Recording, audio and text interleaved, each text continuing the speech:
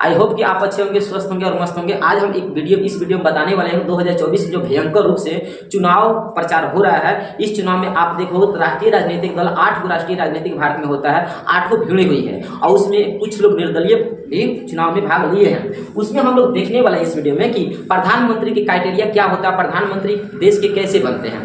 भारतीय संविधान के अनुसार प्रधानमंत्री बनने के कौन कौन से नियम कानून होता है, उन्हीं नियम कानून को हम देखने वाले हैं। प्रधानमंत्री कौन कौन से व्यक्ति बन सकते हैं, कौन कौन से नहीं बन सकते हैं, क्या राजनीतिक पार्टी से ही प्रधानमंत्री बनता है या फिर कोई बाहरी वाला व्यक्ति भी बन सकता है। तो इस वीडियो को आप अंत तक देखिए, आपको पूरी तरह से क्लियर हो जाएगा कि भारतीय संविधान में, इंडियन कॉन्स्टिट्यूशन में कैसे प्रधानमंत्री बनाने का रूल है, रेगुलेशन है। तो सबसे पहले हम बता दें भारत के भावी प्रधानमंत्री की अगर श्रेणी में बात करोगे तो नरेंद्र मोदी, इनके जैसे कांग्रेस के भी कुछ प्रधानमंत्री आते हैं, वो भावी प्रधानमंत्री कैटेगरी में आते हैं, मतलब दमदार कैटेगरी में। और हम बता रहे हैं कि प्रधानमंत्री बनने के लिए सबसे पहले हम बता दें कि भारत के वास्तविक प्रमुख प्रधानमंत्री ही होते हैं।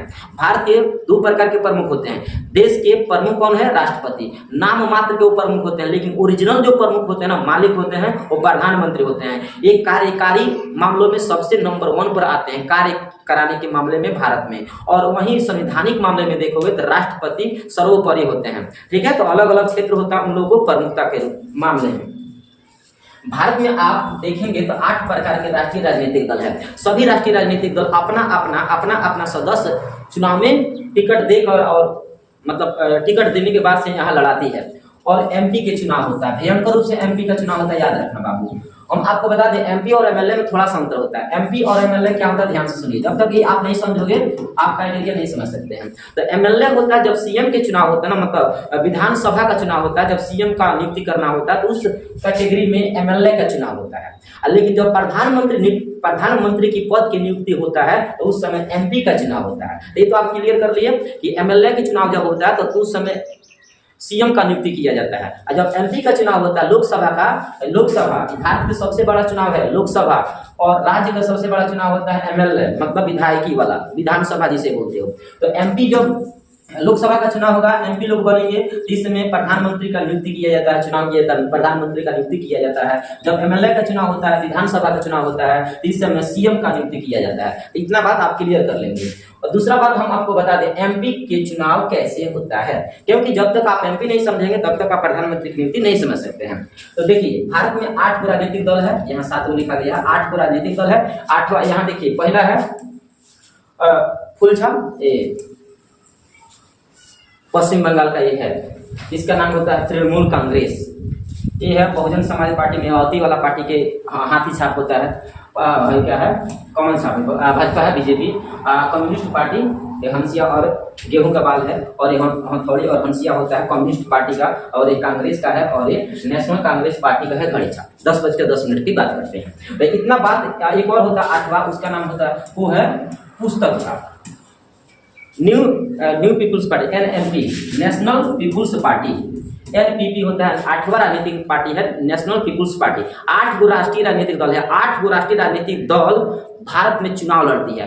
किसमें? एमपी के क्षेत्र में। एमपी के क्षेत्र में चुनाव जब लड़ती है बाबू, एमपी के क्षेत्र में जब चुनाव लड़ती है तो जिस पार्टी का सबसे ज्यादा एमपी होते हैं उस पार्टी का अगर भारी मतों से विजयी बनाना चाहते हो तो सबसे पहले क्या करना होगा, 8 राजनीतिक पार्टी। अब निर्भर करता है, पता नहीं कामना क्या, पता नहीं 8 में से 8 मान लीजिए है, पता नहीं 8 में से किस पार्टी का सबसे ज्यादा सीट जीत हासिल करे। अब हो सकता है कहीं बीजेपी के सबसे ज्यादा सीट हासिल कर ले, जीत कर, हो सकता है कहीं कांग्रेस के कर ले, तो पता नहीं कौन करेगा, चुनाव के बाद आएगा। ठीक है, मान लेते हैं हम एगो आंकड़ा लेकर चलते हैं कि 8 राजनीतिक पार्टी, मान लीजिए पहले ए है, बी है, सी है, और भाजपा हो गया। मान लीजिए भाजपा है, और एक कांग्रेस है, एक तृणमूल कांग्रेस है, और एक कम्युनिस्ट पार्टी है। ऐसे ऐसे करके अनेकों पार्टियां हैं, 8 प्रकार की। अब इसमें देखिए प्रधानमंत्री के नियुक्ति तभी होता है जिसमें से जिस पार्टी का 8 में से है ना, 8 पार्टी में से जिस पार्टी का सबसे ज्यादा सीट होगा ना, सबसे ज्यादा सीट, उसी पार्टी में से किसी एक आदमी को प्रधानमंत्री बनाया जाता है।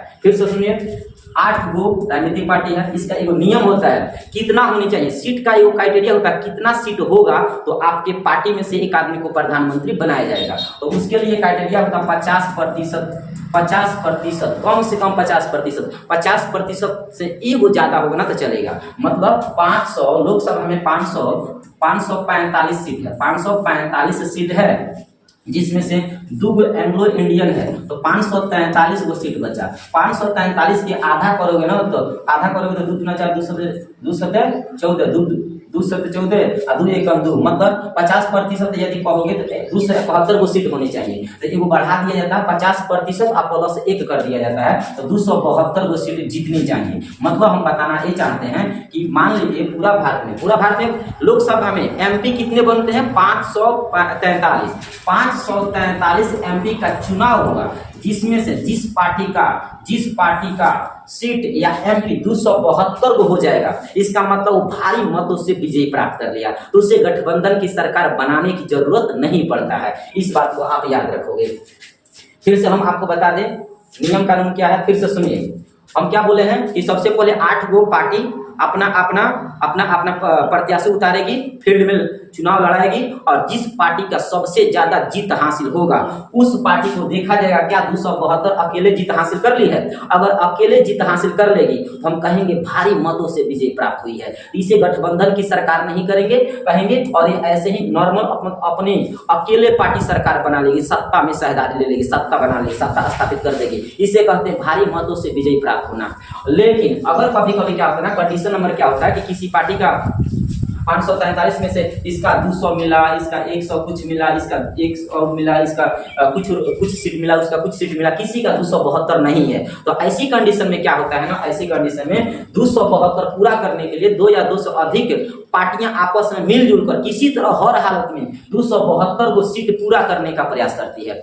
जब 272 को सीट पूरा हो जाएगा, तो अब जितना पार्टी मिलकर 272 को सीट पूरा करेगी तो माना जाएगा वो गठबंधन की सरकार है। तो 2 प्रकार की सरकार बनता है। पहला ये याद रखना क्राइटेरिया 272 होनी चाहिए, हमेशा 272 होनी चाहिए, कम होगा तो आपको गठबंधन करना होगा, दूसरा पार्टी से मेल मिलाप करके आपको बनाना होगा। तो इस प्रकार प्रधानमंत्री का चुनाव होता है। तो प्रधानमंत्री चुनाव, अब इसके बाद देखो, जब 272 दो कैटेगरी में होगा ना, एगो अकेले 272 सीट हासिल कर सकती है, तो भारी मतों से विजय प्राप्त करके उसी पार्टी में से किसी एक आदमी को प्रधानमंत्री बना दिया जाता है। अब कभी कभी क्या होता है कि 272 से कम किसी पार्टी में 272 को सीट नहीं आ रहा था, ऐसी कंडीशन में क्या करना पड़ता है, 2 या 2 से अधिक पार्टी आपस में मिलकर तब जाकर किसी तरह हर हालत में 272 पूरा कर दिया, इसे कहते हैं गठबंधन की सरकार। अगर गठबंधन की सरकार ज्यादा दिन तक चलता नहीं है, तो किसी का विचारधारा नहीं मिलता है, वो बहुत जल्दी विश्वास खो देता है, अविश्वास प्रस्ताव लागू करके मतलब कि जो सरकार होता है गिरा दिया जाता है। तो सरकार 2 प्रकार से होता है, एगो भारी मतों से, एगो गठबंधन की सरकार। तो गठबंधन की सरकार भारी मतों सरकार कब बनता है आपको पता चल गया। आगे देखते हैं।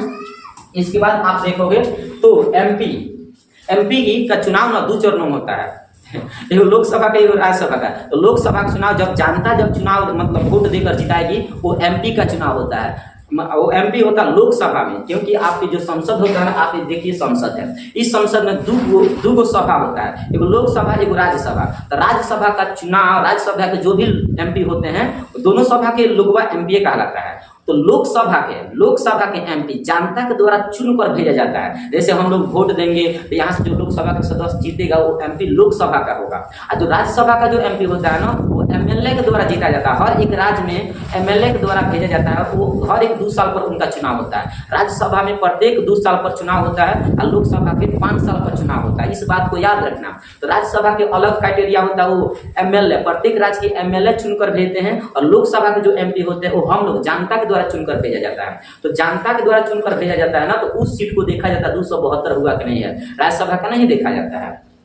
ऐसा ही बैठक होता है। इसके बाद क्या किया जाता है, अब जिस पार्टी का सबसे ज्यादा सीट मिल गया, 272 पार कर गया है, या फिर गठबंधन के बनाकर 272 पार किया है, तो उसमें से किसी एक आदमी को नियुक्त करके और राष्ट्रपति के पास समर्पण मतलब नाम भेजा जाता है कि फलाना आदमी को प्रधानमंत्री बनाना है। तो राष्ट्रपति क्या करेंगे, भारतीय संविधान के तहत अनुच्छेद 75(1) भारतीय संविधान के अनुच्छेद 75(1) में देखोगे आप, उसमें लिखा है राष्ट्रपति प्रधानमंत्री की नियुक्ति करेंगे।